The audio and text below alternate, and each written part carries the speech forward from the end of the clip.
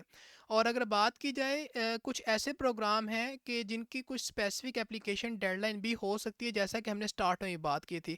تو in case وہ student جو ان میں سے کسی ایک پروگرام کے لیے اپلائی کرنے جا رہے ہیں تو یہاں پر ان پروگرام کی اسپیسیفک اپلیکیشن ڈیڈ لائن ہے کہ جب تک اسٹوڈنٹ جو ہے اپنی اپلیکیشن کو سبمٹ کر سکتے ہیں. اور فار ایگزامپل اگر بات کی جائے وہ ان اسٹوڈنٹس کی جو بیچلر آف سوشل ورک کے لیے اپلائی کرنا چاہتے ہیں تو ایسے جو اسٹوڈنٹ ہیں ان کو فیبرری 15 2024 تک اپنی اپلیکیشن کو سبمٹ کرنا ہے.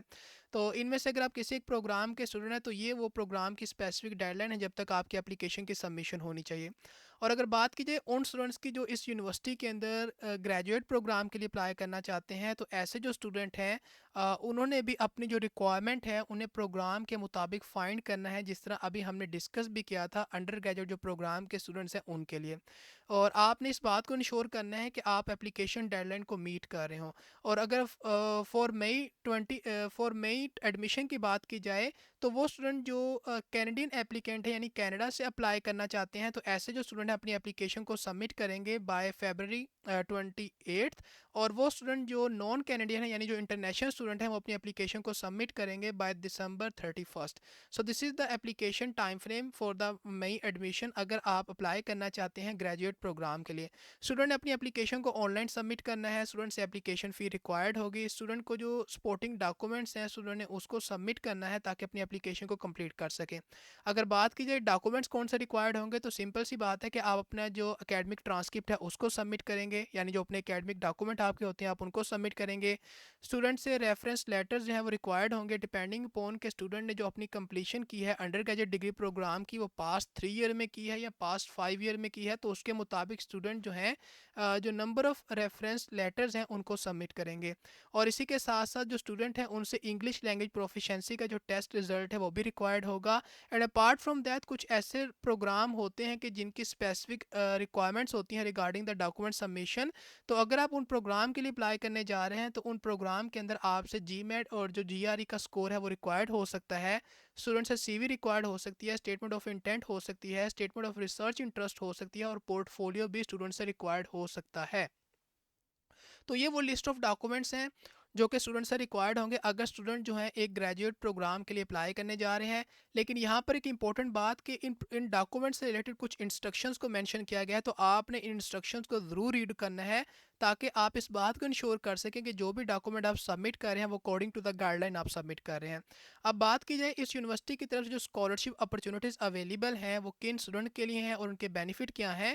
تو جو سب سے پہلے ہمارے پاس اسکالرشپ اویلیبل ہے that is C S C scholarship جو کہ چائنیز اسکالرشپ کونسل کی طرف سے اسکالرشپ پروگرام آفر کیا جاتا ہے.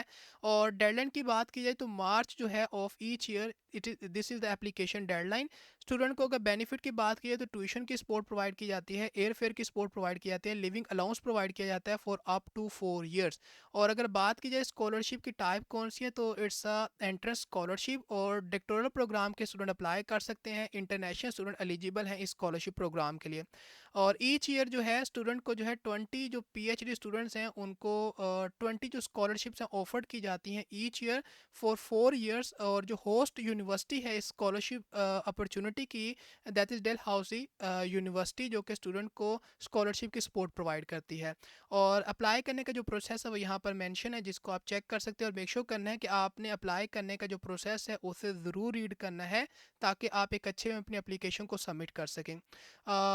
اندر اسکالرشپ جو کہ اس یونیورسٹی کی طرف سے آفرڈ کی جا رہی ہے and this is the amount of scholarship جو کہ اسٹوڈنٹ کو آفرڈ کی جائے گی پر year for up to 2 year. اور اسی کے ساتھ ساتھ یہ اماؤنٹ بھی اسٹوڈنٹ کو پرووائڈ کی جائے گی اسٹوڈنٹ کی جو ٹیوشن فی ہے اس کے لیے اور جو ری لوکیشن الاؤنس ہے اس کے لیے اگر اپلیکیبل ہوگا. تو اسکالرشپ کی ٹائپ کی بات کی جائے تو یہ انٹرنس اسکالرشپ پروگرام ہے. اور تھیسس بیسڈ جو ماسٹر اسٹوڈنٹ ہیں ان کے لیے اسکالرشپ آفرڈ کی جا رہی ہے. کینیڈین اور جو انٹرنیشنل اسٹوڈنٹ دونوں جو ہیں وہ ایلیجیبل ہیں اس اسکالرشپ پروگرام کے لیے. اس اسکالرشپ کی ڈسکرپشن کو یہاں پر مینشن کیا گیا ہے. آپ نے اس ڈسکرپشن کو ضرور ریڈ کرنا ہے اور جو اپلائی کرنے کا پروسیس ہے اس کو بھی مینشن کیا گیا ہے. تو میک شور کرنا ہے کہ گائیڈ لائن کو آپ نے ضرور ریڈ کرنا ہے.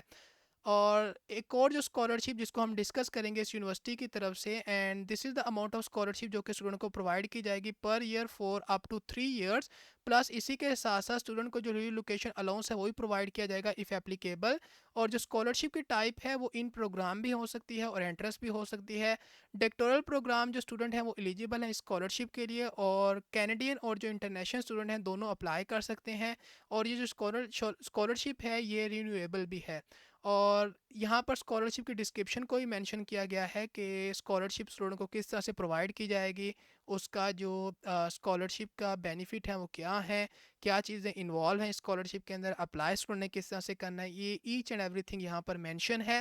پرپز یہ ہوتا ہے کہ آپ کو ان یونیورسٹیز کے بارے میں بتانا کہ جن کی طرف سے جو اسکالرشپ کی اپرچونیٹیز ہیں وہ پرووائڈ کی جا رہی ہیں، یعنی اپرچونیٹیز کے بارے میں آپ کو انفارمیشن دینا، آپ کو گائیڈ کرنا، اور آپ نے اس بات کو انشور کرنا ہوتا ہے کہ جو بھی اپرچونیٹی آپ سے ڈسکس کی جائے آپ نے اس کو فردر بھی ایکسپلور کرنا ہوتا ہے تاکہ آپ اس کو بیٹر انڈرسٹینڈ کر سکیں. تو آئی ہوپ سو کہ آج کے جو اسکالرشپ کی اپرچونیٹی تھی آپ کو اچھی لگی ہوگی، آپ کے لیے ہیلپ فل ہوگی. تو آج کے لیے اتنا ہی، ملتے ہیں آپ کو کسی نئی اپرچونیٹی کے ساتھ. So till then take care and good bye.